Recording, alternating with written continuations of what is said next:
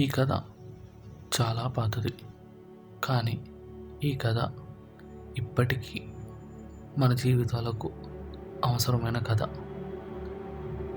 ఇది దేవతల గురించి కాదు, మనుషుల గురించి. ఎలా జీవించాలి, ఎలా నిజాయితీగా ఉండాలి, ఎలా ధర్మాన్ని పాటించాలి, ఇవన్నీ చెప్పే కథ ఇది.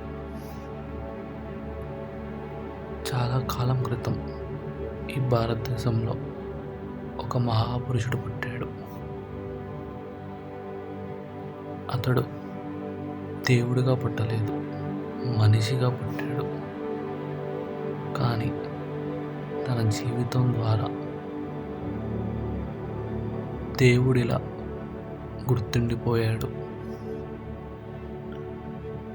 అతడే శ్రీరాముడు. ఈ కథ మన రాముడి కథ. ఈ కథ ఎవరో చెప్పినది కాదు. ఈ కథ మొదలైన చోటే ఒక మహర్షి ఉన్నాడు. ఈ కథ మొదలైనది ఒక దండకారణ్యంలో, ప్రశాంతమైన అడవిలో. అక్కడ ఒక చిన్న ఆశ్రమం. ఆ ఆశ్రమంలో వాల్మీకి అనే మహర్షి ఉంటాడు. వాల్మీకి మహర్షి ఎక్కువ మాట్లాడడు, ఎక్కువ ఆలోచిస్తాడు.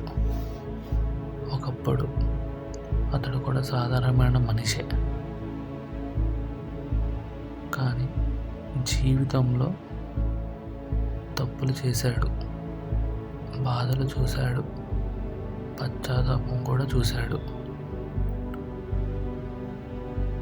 ఆ అనుభవాలే అతన్ని మార్చాయి.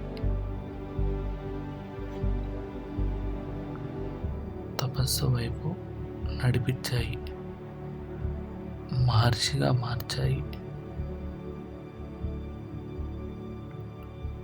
ఒకరోజు అడవిలో వాల్మీకి మహర్షి నడుస్తూ ఉండగా ఒక దృశ్యం వాల్మీకి మనసులో కదిలించింది. ఒక చెట్టు మీద 2 పక్షులు ఆనందంగా ఉన్నాయి. అప్పుడు అందులో ఒక పక్షి ఒక బాణం తగిలి చనిపోయింది. ఆ దృశ్యం చూసిన వాల్మీకి మహర్షి హృదయం చాలా బాధపడింది. అప్పుడే అతడి నోటి నుంచి ఒక మాట వచ్చింది. అదే ఒక పెద్ద శ్లోకమైంది. అదే క్షణం నుంచి వాల్మీకి ఒక పెద్ద కవి అయ్యారు. కానీ ఆ సంఘటనతో అతడి మనసులో ఒక పెద్ద ప్రశ్న మొదలైంది. ఈ లోకంలో నిజంగా మంచి మనిషి ఉన్నాడా? ధర్మం కోసం తన సుఖాన్ని వదిలే మనిషి ఉన్నాడా? రాజులున్నారు, కానీ అహంకారం లేని రాజు ఉన్నాడా? వీరులున్నారు, కానీ కోపం లేకుండా యుద్ధం చేసేవారు ఉన్నారా? ఈ ప్రశ్నలన్నిటితో వాల్మీకి మహర్షి నిశ్శబ్దంగా కూర్చున్నారు. అడవి కూడా చాలా నిశ్శబ్దంగా ఉంది. ఆకాశం కూడా నిశ్శబ్దంగా ఉంది. అప్పుడు ఈ ప్రశ్నలకు సమాధానంగా ఒక మహాత్ముడు చెప్పడానికి వస్తున్నాడు. ఆకాశం నుంచి వీణ స్వరం వినిపించింది. వాల్మీకి మహర్షి అది మరి ఎవరో కాదు, నారదుడు. నారదుడు ఒక లోకానికి చెందినవాడు కాదు. 3 లోకాల మధ్య తిరిగే మహాత్ముడు. అతడు చెప్పేది ఒకటే, ధర్మం. వాల్మీకి అడిగిన ప్రశ్న సాధారణ ప్రశ్న కాదు. ఈ లోకంలో నిజంగా ధర్మవంతుడు ఉన్నాడా? నారదుడు చిరునవ్వుతో అన్నాడు, ఉన్నాడు. అతడు రాజు అయిన అహంకారం లేనివాడు. కుమారుడైన తండ్రి మాట కోసం తన జీవితం అర్పించినవాడు. వీరుడైన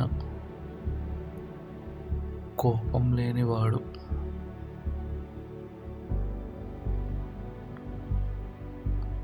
వాల్మీకి మహర్షి ఆశ్చర్యపోయాడు. ఇన్ని గుణాలు ఒక మనిషిలో ఎలా సాధ్యం అని నారదుడిని సమాధానం ఇచ్చాడు. అతడు దేవుడు కాదు, మనిషే. కానీ ధర్మాన్ని తన జీవితం చేసుకున్న మనిషి. అతడు సూర్యవంశంలో పుట్టాడు, అయోధ్యలో పెరిగాడు. ప్రజలకు ప్రాణంలా ఉన్నాడు. అతని పేరు శ్రీరాముడు. రాముడు ఎప్పుడూ సాధారణంగానే ఉంటాడు. రాజకుమారుడైన అందరితో సమానంగానే మాట్లాడతాడు. ఎవరిని చిన్న చూపు చూడడు. ఎవరిని భయపెట్టడు, బాధ పెట్టడు.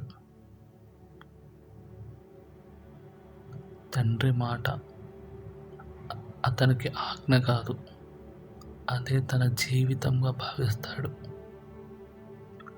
అందుకే తండ్రి అడిగితే సింహాసనం కూడా వదిలేస్తాడు. అది బలహీనత కాదు, అది ధర్మం. రాముడు యుద్ధం చేస్తాడు, కానీ ద్వేషంతో కాదు. అతడు శిక్షిస్తాడు, కానీ కోపంతో కాదు. అందుకే అతడు వేరు. అయోధ్య ఒక గొప్ప నగరం, కానీ అది గొప్పది భవనాల వల్ల కాదు, ధర్మం వల్ల.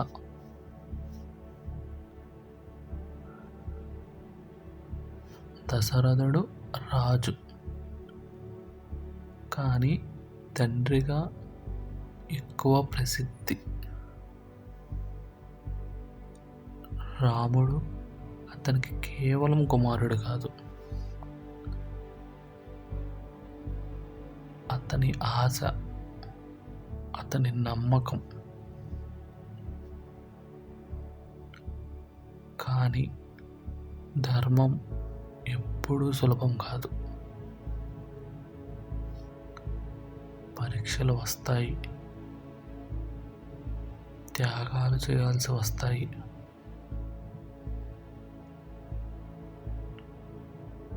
అయోధ్య ప్రశాంతంగా ఉంది, కానీ రాముడి జీవితంలో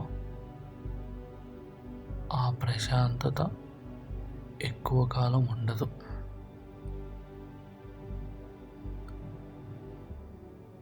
రాబోయే రోజులు అతడిని ఒంటరిగా నిలబెట్టబోతున్నాయి.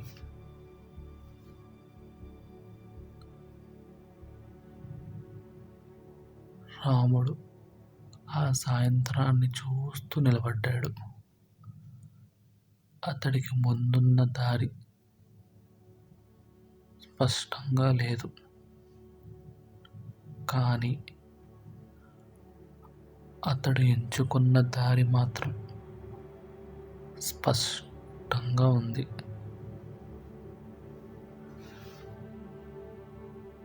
అది ధర్మం దారి కాబట్టి. ఆ దారి సులభమైనది కాదు.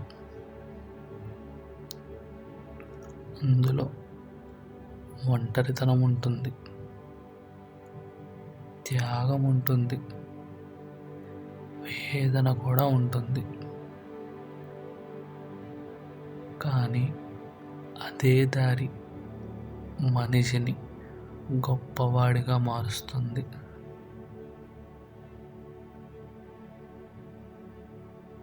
ఈ కథ ఇక్కడ ముగియదు. ఇది ఒక నిశ్శబ్దానికి ముందు క్షణం మాత్రమే. రాముడి జీవితం ఇప్పుడే పరీక్షించబడుతుంది. అరణ్యం, విడిపోవడం, యుద్ధం అన్నీ ఎదురున్నాయి. ఇది ముగింపు కాదు, ఇది ఆరంభం. ఆ కథ బాల్యంతో మొదలవుతుంది,